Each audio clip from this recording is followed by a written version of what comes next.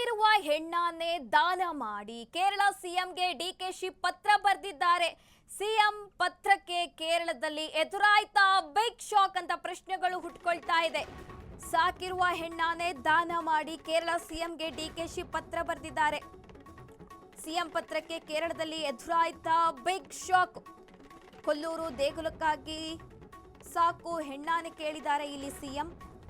ದೇವಸ್ಥಾನದ ಸಾಂಪ್ರದಾಯಿಕವಾಗಿ ಹೆಣ್ಣಾನೆ ತರಲು ಮುಂದಾಗಿದ್ದಾರೆ.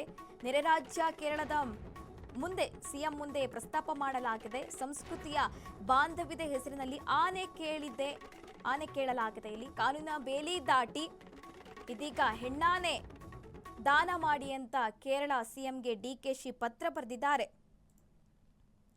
ಸಾಕಿರುವ ಹೆಣ್ಣಾನೆ ದಾನ ಮಾಡಿ ಅಂತ ಕೇರಳ ಸಿಎಂಗೆ ಡಿಕೆಶಿ ಅವರು ಪತ್ರ ಬರೆದಿದ್ದಾರೆ.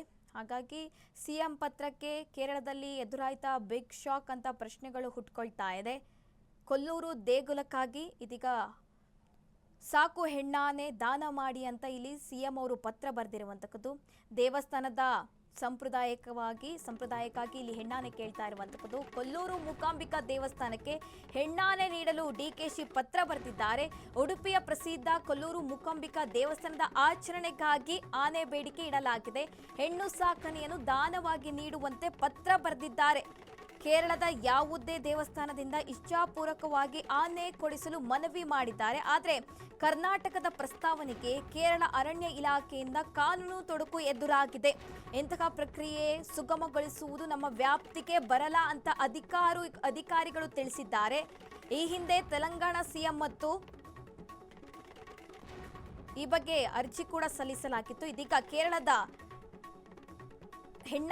ಸಾಕು ಹೆಣ್ಣಾನೆ ನೀಡುವಂತೆ ಸಿಎಂ ಪತ್ರ ಬರೆದಿದ್ದಾರೆ. ಇದಕ್ಕೆ ಕಾನೂನು ತೊಡಕು ಕೂಡ ಎದುರಾಗಿರುವಂತಕ್ಕದ್ದು. ಕೊಲ್ಲೂರು ಮೂಕಾಂಬಿಕಾ ದೇವಸ್ಥಾನಕ್ಕೆ ಹೆಣ್ಣಾನೆ ನೀಡಲು ಸಿಎಂ ಡಿಕೆಶಿ ಅವರು ಪತ್ರ ಬರೆದಿದ್ದಾರೆ. ಉಡುಪಿಯ ಪ್ರಸಿದ್ಧ ಕೊಲ್ಲೂರು ಮೂಕಾಂಬಿಕಾ ದೇವಸ್ಥಾನದ ಆಚರಣೆಗಾಗಿ ಆನೆಗೆ ಬೇಡಿಕೆ ಇಟ್ಟಿದ್ದಾರೆ. ಹೆಣ್ಣಾನೆ ನೀಡುವಂತೆ ದಾನವಾಗಿ ನೀಡುವಂತೆ ಕೇರಳ ಸಿಎಂಗೆ ಪತ್ರ ಬರೆದಿದ್ದಾರೆ. ಇದೀಗ ಕಾನೂನು ತೊಡಕು ಕೂಡ ಎದುರಾಗಿರುವಂತಕ್ಕದ್ದು. ಇಂತಹ ಪ್ರಕ್ರಿಯೆ ಸುಗಮಗೊಳಿಸುವುದು ನಮ್ಮ ವ್ಯಾಪ್ತಿಗೆ ಬರಲ್ಲ ಅಂತ ಅಧಿಕಾರಿಗಳು ತಿಳಿಸಿದ್ದಾರೆ ಅಂತ ತಿಳಿದು ಬರ್ತಾ ಇದೆ.